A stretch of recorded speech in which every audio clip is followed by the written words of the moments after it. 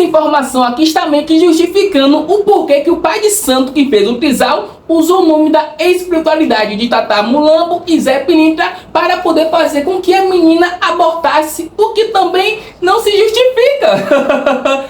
Assunta! Se erraram, assuma o erro, agora vai colocar o nome da espiritualidade no meio para poder se responsabilizar pela patifaria? Ah, pelo amor de Deus, pô! Para, moleque! É fofoca com pipoca, que tu pegue a sua. Vamos para o nosso vídeo. Gente, misericórdia, essa já é a parte 5.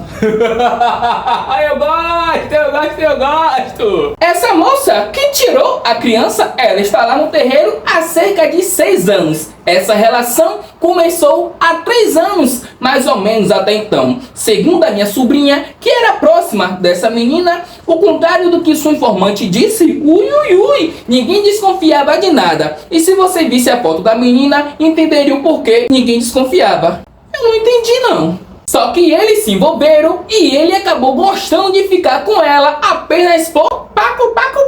Pelas mensagens que foram enviadas para todos os filhos de santo, é nítido que ela se declarava, enquanto ele deixava bem claro que só queria ela para pau.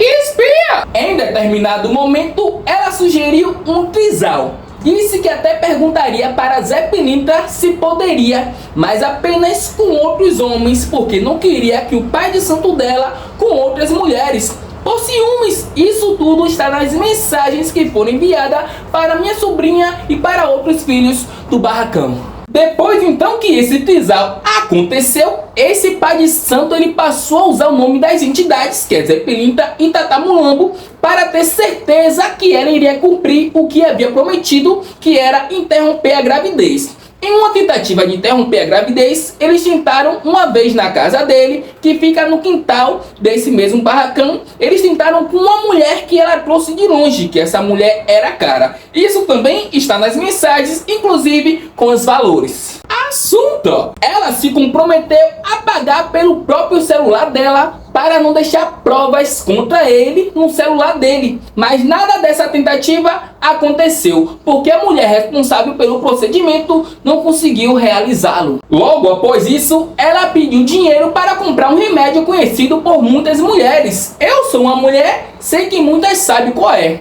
Ela comprou, tomou esse remédio na casa dela, com a família dela presente. Logo após isso, foi para o médico e ficou internada, segundo consta nas mensagens. É, gente, é babado, viu? É babado. Eu tô tentando entender onde é que isso aqui justifica o erro deles terem se relacionado e o erro do pai de santo ter utilizado o nome das entidades para poder fazer com que ela abortasse. Não tô conseguindo entender nada disso aqui. Meu Deus, tem gente que é fanática demais. Tem que estar vendo isso, viu? Em um determinado momento, surgiram arquivos no grupo do barracão com todas as informações, mas eles foram apagados rapidamente. Ainda assim, a minha sobrinha recebeu tudo e me enviou. Cadê? Ou seja, ela se envolveu com o pai de santo casado, participou de trisal com outros homens junto com ele e ainda apareceu grávida. E quem garante que ela não se relacionava com mais ninguém? Mas não foi só ela que se relacionou com um homem casado. Ele sabia que era casado e mesmo assim ele se relacionou com ela. Ou seja, os dois têm a sua parcela de culpa aí e os dois deveriam estar tomando um negócio de uma vergonha na cara, né? Mas querer colocar a culpa só na mulher, gente, é muito fácil.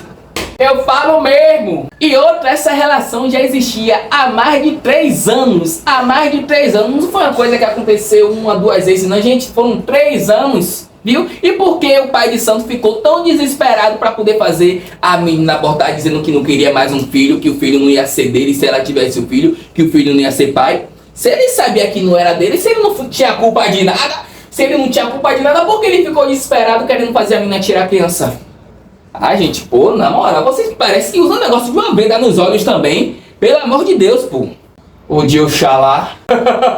Assunta! Quando ela descobriu a gravidez, os dois entraram em desespero, como também está nas mensagens. Quando percebeu o desespero dele, ela disse que ele não precisava se preocupar, que, dependendo do tempo de gestação, ela iria interromper. Inclusive, citou o nome de um remédio e disse que a mãe dela não poderia saber de nada. Foi aí então que o pai de santo enviou um áudio orientando o que ela deveria dizer para a mãe, que não sabia quem era o pai da criança e que queria interromper a gravidez. É esse o áudio que você tem.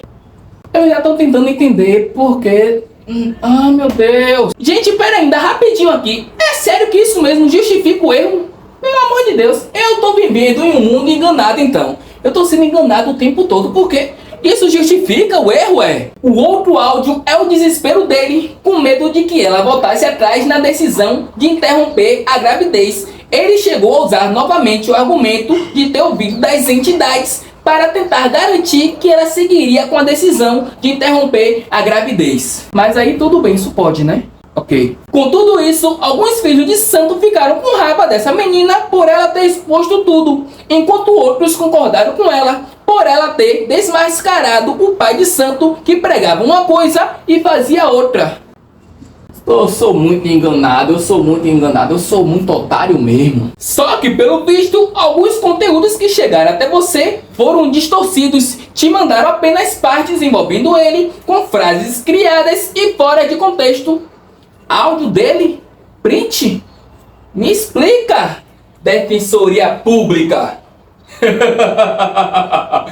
Assunta! Depois disso, começaram a aparecer ex-filhos de santos antigos que haviam saído mal do barracão, aproveitando da situação para poder atacar ele, muitos usando contas anônimas, outros se expondo. O que eu vejo aqui, só estão divulgando coisas do pai de santo, mas não mostram a parte da menina dizendo que o filho nem era dele, como também consta nas mensagens que todo mundo tem. Eu me revolto, eu fico revoltante. Vamos supor que realmente o filho não era dele, beleza, mas isso justifica e valida o fato dele ser um líder religioso se relacionando com sua filha de santo, dele ser um homem casado se relacionando com outra pessoa e traindo a sua família, porque assim, pelo que eu entendi, ele trair, tudo bem, ele ser um pai de santo e se relacionar com sua filha, tudo bem, mas ela chegar para dizer que o filho era dele, aí não pode. Precisa parar de querer sempre colocar a culpa na mulher, porque isso foi o que Clero fez há muito tempo e se perpetua até hoje. O homem é sempre o coitadinho, é o sempre que foi seduzido, é o sempre que foi alienado,